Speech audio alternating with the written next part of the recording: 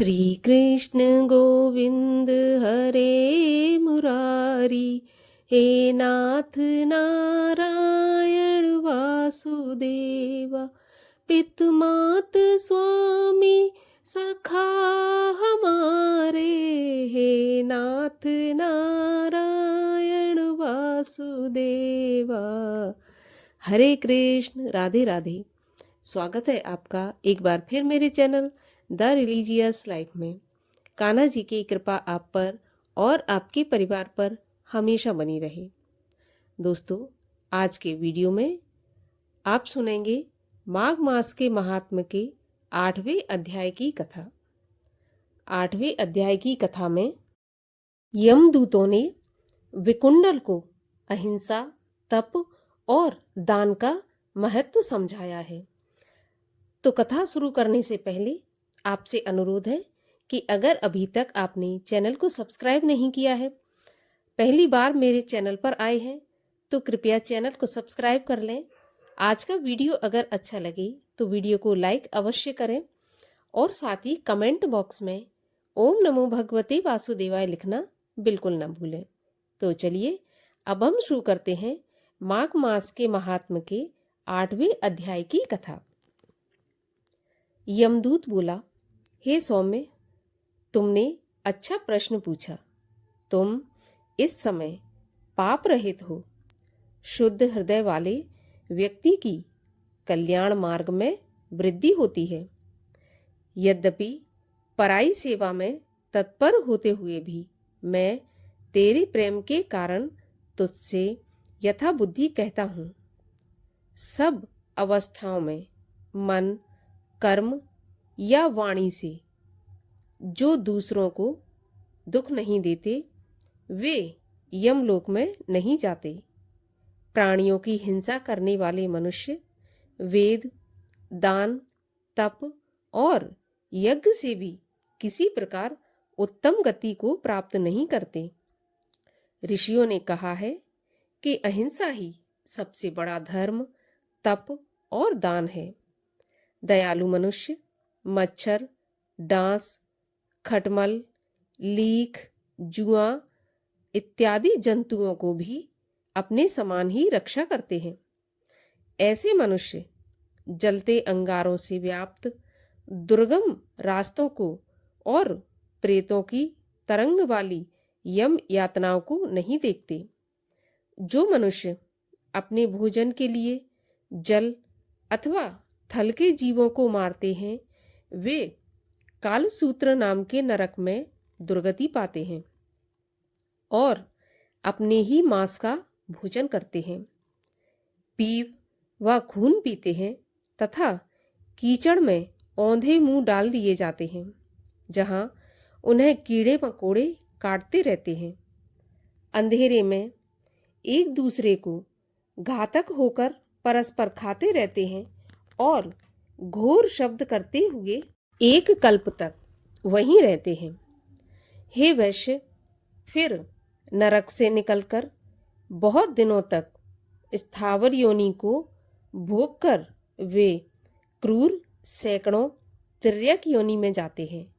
फिर प्राणियों के हिंसक व्यक्ति जन्म से अंधे, दरिद्री, काने, कुबड़े, लंगड़े और अपाहिज का जन्म पाते हैं। इसीलिए हे वैश्य, दोनों लोकों में सुख चाहने वाले मनुष्य को मन, क्रम, वाणी से दूसरे से कभी भी द्रोह नहीं करना चाहिए। हिंसक लोगों को दोनों लोक में सुख नहीं मिलता। जो किसी प्राणी की हत्या नहीं करते, उनको कहीं भी डर नहीं रहता। जिस तरह सीधी और टेढ़ी बहने वाली नदियां समुद्र में जाकर मिल जाती हैं, उसी तरह से सभी धर्म दृढ़ रूप से अहिंसा में प्रवेश करते हैं। अर्थात सभी धर्म अहिंसा को सबसे ऊपर मानते हैं। हे वैश्य श्रेष्ठ, जो प्राणियों को अभय दान देता है, वह सब तीर्थों में स्नान कर लेने और सभी यज्ञों में दीक्षा पाने का फल प्राप्त कर लेता है। हे वैश्य, जो लोग अपने अपने वर्ण के अनुसार शास्त्रोक्त धर्म का पालन करते हैं वे यमलोक में नहीं जाते। ब्रह्मचारी, गृहस्थ, वानप्रस्थ और सन्यासी सभी अपने अपने धर्म में विलीन होकर स्वर्ग में निवास करते हैं। जो इष्टापूर्त अर्थात जलाशय आदि का निर्माण कराते हैं वे नित्य पंचयज्ञ करते हैं तथा सदैव दया करते हैं वे यमलोक में नहीं जाते। जो ब्रह्मचारी हैं, वेद पाठी हैं और नित्य अग्निहोत्र करते हैं वे स्वर्गगामी होते हैं। दीन वचन नहीं बोलने वाले शूरवीर जो संग्राम में लड़ाई में मरते हैं वे सूर्य लोक में होकर स्वर्ग में जाते हैं। हे वैश्य, लंगड़े, लूले, बाल, वृद्ध, अनाथ स्त्री, शरणार्थी, ब्राह्मण तथा गरीबों का पालन पोषण करने वाले लोग स्वर्ग से नहीं गिरते, वहाँ सदा आनंद करते रहते हैं। कीचड़ में फंसी गाय को तथा ऋषि ब्राह्मण का कल्याण करने वाले, गाय को चारा देने वाले, गाय की सेवा करने वाले और गाय की पीठ पर ना चढ़ने वाले स्वर्ग के वासी होते हैं। जहाँ गाय जल पीती हो वहाँ जल की हौदी बनवाने वाले तथा बावली, कुआं, तालाब, प्याऊ आदि बनवाने वाले, जिनमें जलचर और थलचर प्राणी इच्छापूर्वक जल पीते हैं, उनसे उनका असीमित धर्म बढ़ता है और वे बिना यमलोक के देखे अक्षय स्वर्ग को पाते हैं, क्योंकि जल ही सबका प्राणदाता है। पीपल, नीम और बरगद के एक एक कैथ, बेल, आंवले के 3-3, आम के 5 तथा इमली के 10 पेड़ जो लगवाते हैं उनको नरक नहीं मिलता। 10 कुपुत्रों की अपेक्षा 5 वृक्ष ज़्यादा अच्छे हैं, क्योंकि वे पुत्र रूपी वृक्ष अपने पत्ते, फूल, फल और मूल से पितरों की तृप्ति करते हैं। उन स्त्री पुरुषों को अग्नि में अग्निहोत्र करने की आवश्यकता नहीं है जिन्होंने मार्ग में घनी छाया वाले वृक्ष लगाए हैं। जो स्त्री पुरुष छायादार पेड़ लगवाते हैं वे दानी तथा सदैव आनंद करने वाले होते हैं।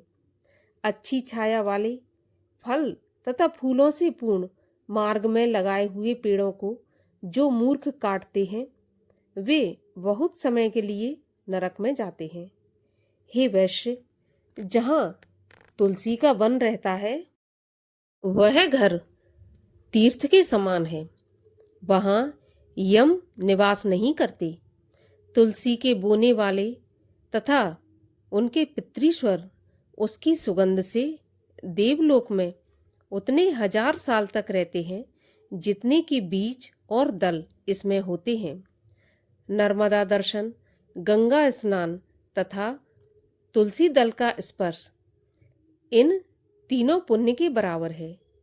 तुलसी की सेवा करने से, सींचने से, दर्शन और स्पर्श करने से वाणी, मन तथा शरीर से उत्पन्न पाप नष्ट हो जाते हैं। हे वैश्यवर, प्रत्येक पक्ष में द्वादशी के दिन ब्रह्मा आदि देवता भी तुलसी वन की पूजा करते हैं। रत्न, सोना, फूल तथा मोती ये तुलसी की समानता नहीं कर सकते, क्योंकि इनके दान से 16 गुना तुलसी पत्र का दान है। जो फल 1000 आम तथा 100 पीपल के वृक्ष लगाने से होता है, वह फल तुलसी के केवल एक पेड़ लगाने से होता है। जो तुलसी की मंजरी से भगवान श्री हरि की पूजा करता है वह कभी गर्भ में नहीं आता।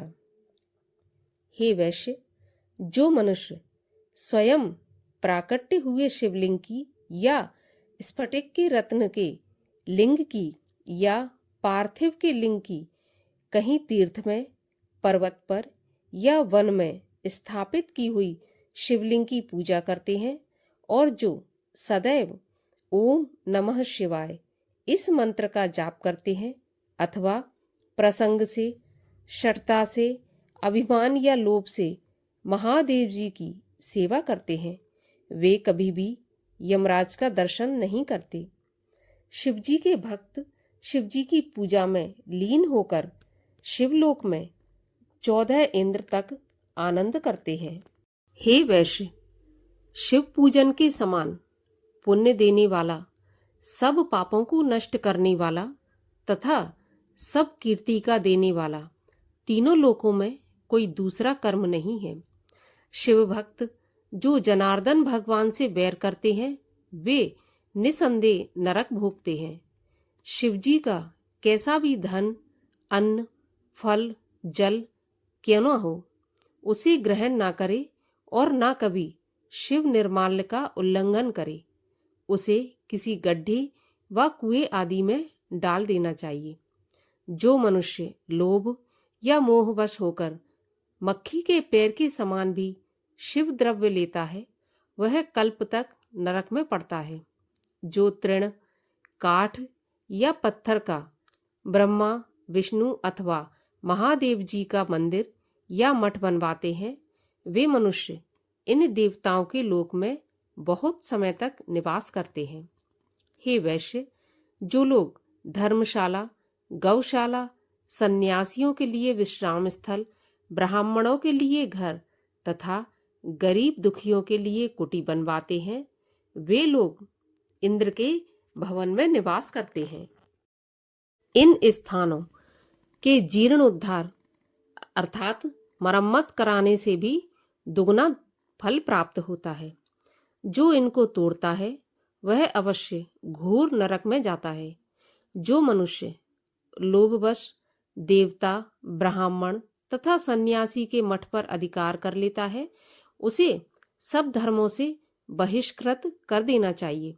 जो मठ के पत्र, पुष्प, फल, अन्न आदि द्रव्य का भक्षण करता है उसके पुत्र, कुल और बंधु बांधव 21 नरक भोगते हैं। सूर्य, चंडिका, विष्णु, गणेश आदि देवता का द्रव्य भक्षण कभी नहीं करना चाहिए। मठाधीशों के अन्न का भोजन आदि भी नहीं करना चाहिए। यदि भोजन करता है तो चंद्रायण व्रत करे। मठाधिकारी को स्पर्श करने पर वस्त्र सहित जल में गोता लगावे। ब्रह्मा, विष्णु तथा शिव की पूजा के लिए जो बगीचा आदि लगवाते हैं वे देवलोक में निवास करते हैं। जो मनुष्य सदैव माता पिता, देवता और अतिथियों की सेवा करते हैं वे प्रजापति के उत्तम लोक को जाते हैं। इसी के साथ माघ मास के महात्म्य की 8वें अध्याय की कथा समाप्त होती है। अगर आपको कथा अच्छी लगी हो तो लाइक करिए और आगे की कथा सुनने के लिए चैनल को भी सब्सक्राइब करके बेल आइकन को प्रेस कर लीजिए। साथ ही हमारे चैनल पर षटतिला एकादशी व्रत की कथा भी सुनाई जाएगी तो वो भी अवश्य सुनिए। अब हम मिलते हैं अगले वीडियो में। तब तक के लिए हरे कृष्ण।